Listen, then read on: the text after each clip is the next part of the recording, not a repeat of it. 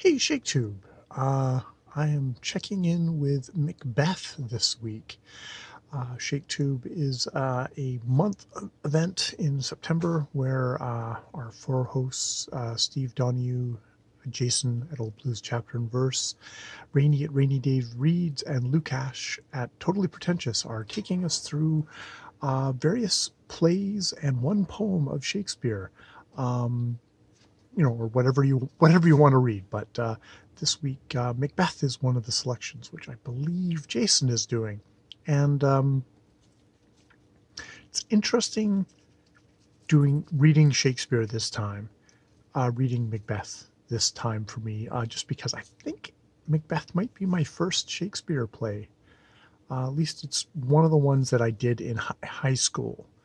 Have to say my most vivid memory of it is watching the Roman Polanski black and white Macbeth, which apparently he did.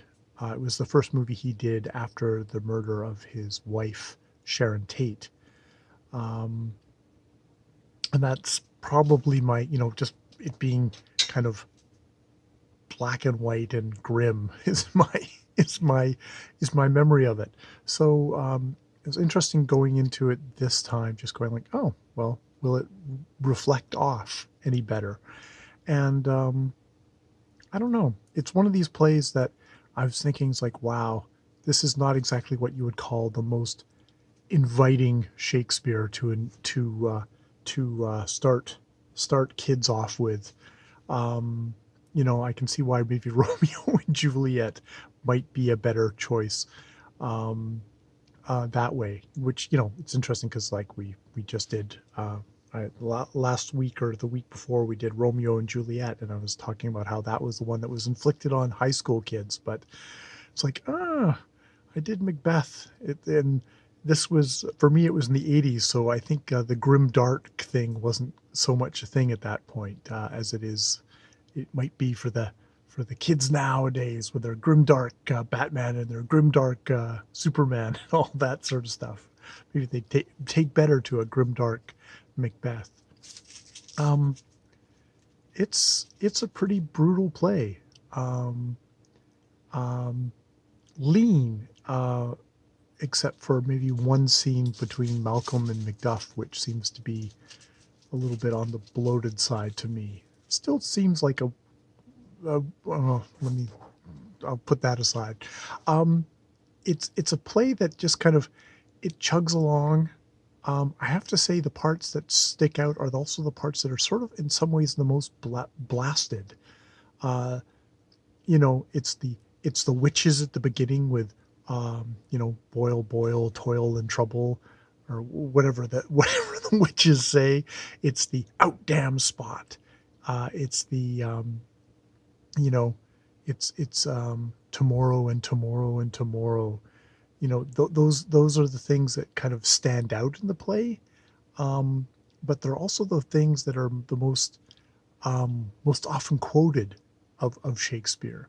um, it's it's a play where I don't know if I particularly see you know how are you supposed to take the torment of the ghosts of the of the kind of Banquo's ghost of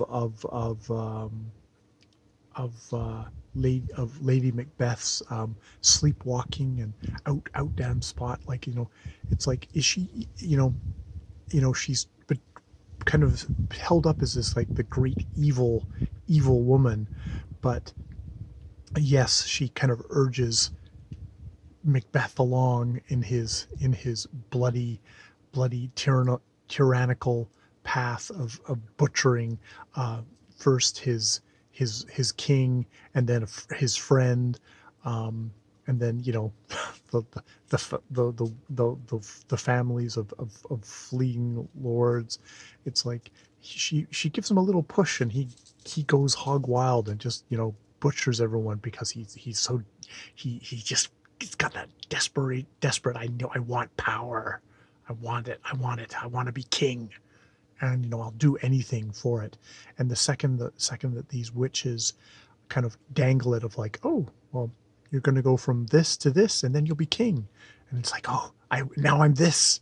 You know, it's you finds this already. It's just like it's very easy for him to slip over. I find it interesting structurally that he gets raised in rank for his services and replaces the last guy who betrayed the king. And at the end of the play, he is killed. Mcduff of not ripped untimely from his mother's womb, puts his head on a spike. And then the new king is put there. It's like, well, are we getting a cycle again? Though the king Malcolm at the end, King Malcolm at the end, says, grace for grace. There's that interesting thing at the end. I guess I have a lot of various thoughts about the play, all in a jumble, which probably means that this video is a bit of a jumble, a bit of a muck. Yeah, I don't feel particularly passionate about this play as I felt about other ones, or I haven't felt kind of invited in. It's a very, it seems like Shakespeare is using kind of the savage Scottish to talk about the savagery in his own society in a way that maybe wouldn't be quite acceptable if he cast such brutal and bloody people in his own kingdom. It's like, Mcbeth seems to be, we've put it far enough aside that we can have someone killing a king that it's like killing a Scottish king, so it's all right. It's all right. But yeah, I'm not quite sure what I have to say at this point. I started out this video as like, oh, it's going to be my entry in Shktb for Mcbeth, but I can see now that I'm still got some work to do on this. I did like that interesting last line of grace for grace. The idea of grace that King Malcolm puts at the end there is it a band-aid on all the bloodiness that's happened before, or is it like, here's the escape route for this being a cycle of just more and more bloodiness, of more like, I'm king now and now someone will come and just depose me? It's like, obviously that's what King Malcolm would probably like, as he'd prefer not to be killed by his ambitious nobles, like his father was killed by his ambitious nobles. Yeah, maybe I'll focus on that when I do a video, just that particular point. But also just the whole thing of, wow, I can see this maybe wasn't where my love of Shakespeare got ignited. Neither this nor Hamlet. But then again, I was also a completely lost teenager at that point, so it's probably not surprising that it wasn't particularly Shakespeare. It was probably more Conan that was rescuing me at this point in my life. All right, I will leave it there. That is really a jumble, but it's a Shktb, private Shktb video, maybe not a public one. All right, more videos later.